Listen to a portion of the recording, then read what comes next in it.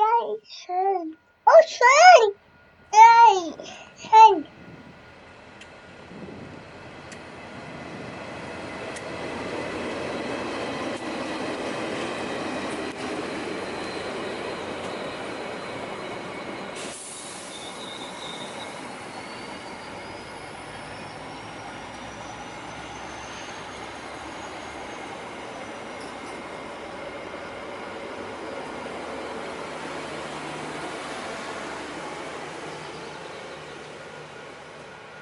Welcome to the next installment of the Train Vicar. I thought that today I'll make a video about the 200th anniversary of public railways. On the 27th of September 1825, the Stockton and Darlington Railway in northeast England opened. Yes, there were mechanically operated railways before that, and there were also some public railways that used horse-drawn carriages.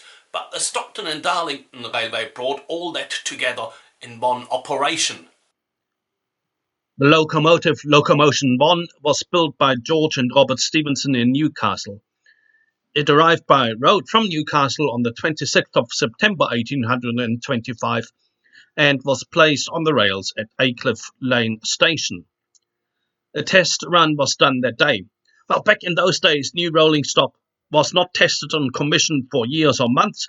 Rather, on the very next day, the 27th of September 1825, Locomotion 1 hauled the opening train of the Stockton and Darlington Railway. This was actually a mixed train with coal, flour and passengers, but it is also regarded as the world's first passenger train. One thing to note about the Stockton and Darlington Railway was that it was largely financed by local interests and also by Quakers. Edward Pease of Darlington was a Quaker. He owned a wool mill and was the main promoter of the Stockton and Darlington Railway. Because this railway set the standard for railways throughout Britain and then the whole world in a sense, Edward Pease is sometimes referred to as the father of railways. The Stephensons, who oversaw the engineering of the line and supplied Locomotion 1, became railway pioneers.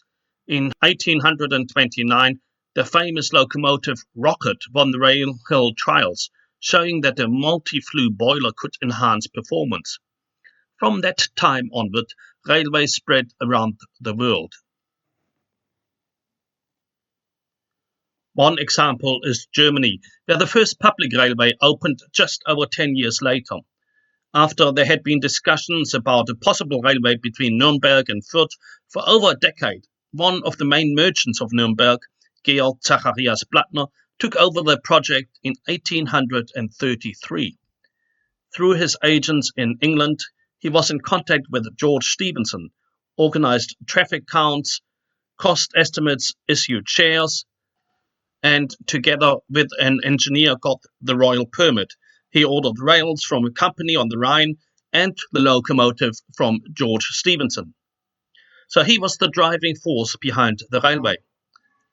The 6-kilometer line was opened on 7th December 1835. And why do I mention Georg Zacharias Blattner specifically? Well, he was my ancestor. He was also quite a devout man whose motto was, "Everything depends on God's blessing." Well, apparently he also was an importer of tobacco products, so did not only do good things, but maybe at the time that wasn't considered a fault. So railways spread around the world. In 1863, 38 years after the Stockton and Darlington Railway opened, the first steam railway opened in New Zealand between Christchurch and Ferrymead. Part of it was always meant to be a temporary until the Lyttelton Railway Tunnel could be built. William Sefton Moorhouse championed the railway in Canterbury and is sometimes seen as the father of the railway, at least here in New Zealand. Shepherding the railway through to completion was probably his greatest achievement. By all accounts, he was a somewhat often unsettled and ambitious man. The railways in Canterbury were initially built to Irish broad gauge, But then the Railways Act 1870 set the national gauge in New Zealand at 3 feet 6 inches. On the narrow gauge tracks in New Zealand, small tank engines were quite common in the 19th century.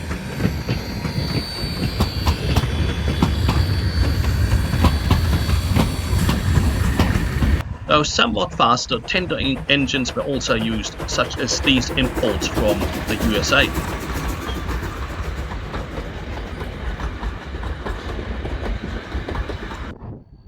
As the 20th century dawned, some of the really classic locomotives were developed.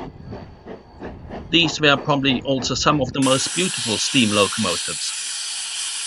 In New Zealand, that was in particular the A class and then the AB class.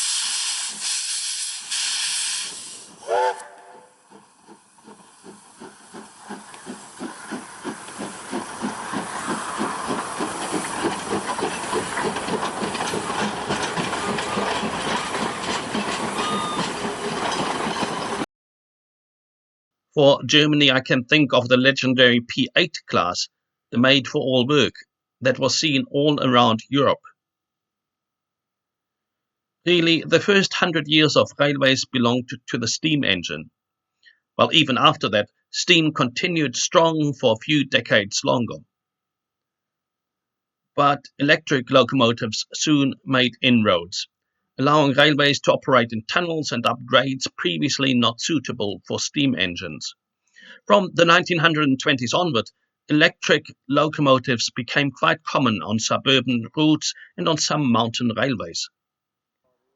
Diesel traction also slowly developed as the second century of railway operations got underway.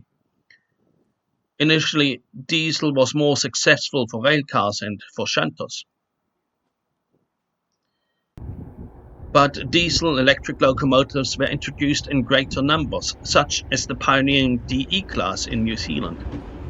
Indeed, the last 65 years or so were really the diesel years in New Zealand and America, with European railways putting more emphasis on electrification. And now that we arrive at the 200-year mark, there is a new impetus towards electrification even in New Zealand. As I look back over the 200-year history, I'm fascinated by this rich heritage, much of which I never got to experience.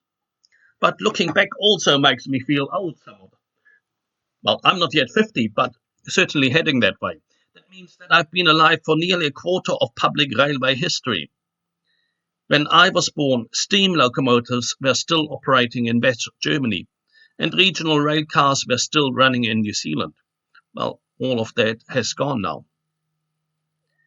Well, when I was a few years old in my childhood, steam locomotives were already seen as something old-fashioned and special, with crowds coming to see the special trains. In my younger days, I had never heard of low-floor vehicles, and at that time we still bought cardboard tickets. And now, of course, most new trains have low-floor sections, and online tickets are quite common. As a toddler, I lived in a railway station for some time. Diesels hauled heavy carriages on this line at that time. Today, the station is served by tram trains that connect Heilbronn and Karlsruhe. The change is quite marked. But an interest in railways does not end with the operational aspect of railways. After all, railways are intrinsically linked to history overall. That's why an interest in railways has to include an interest in the communities and people associated with those railways. So railways can provide a unique angle on history overall, at least over the last 200 years or so. Another angle that sets history in a new light is church history. That goes back a lot further, at least 2,000 years, but probably nearly a further 2,000 years from that on or so, if we take the history of Israel into account. Today, I want to go back just 500 years or so. It was in 1525, when the European Reformation was well and truly underway already, that Martin Luther married Katharina von Bora. And through that, he really opened up the possibility of church ministry through the generations. But Martin Luther was not the first reformer to get married. One of the first, if not the first, was Caspar Cantz, a Carmelite monk who in 1523 married a widow in Nördlingen. Well, he also was my ancestor. If the Reformation had not happened, I would not exist. Many of his descendants were pastors, though there were a few generations of teachers in there as well.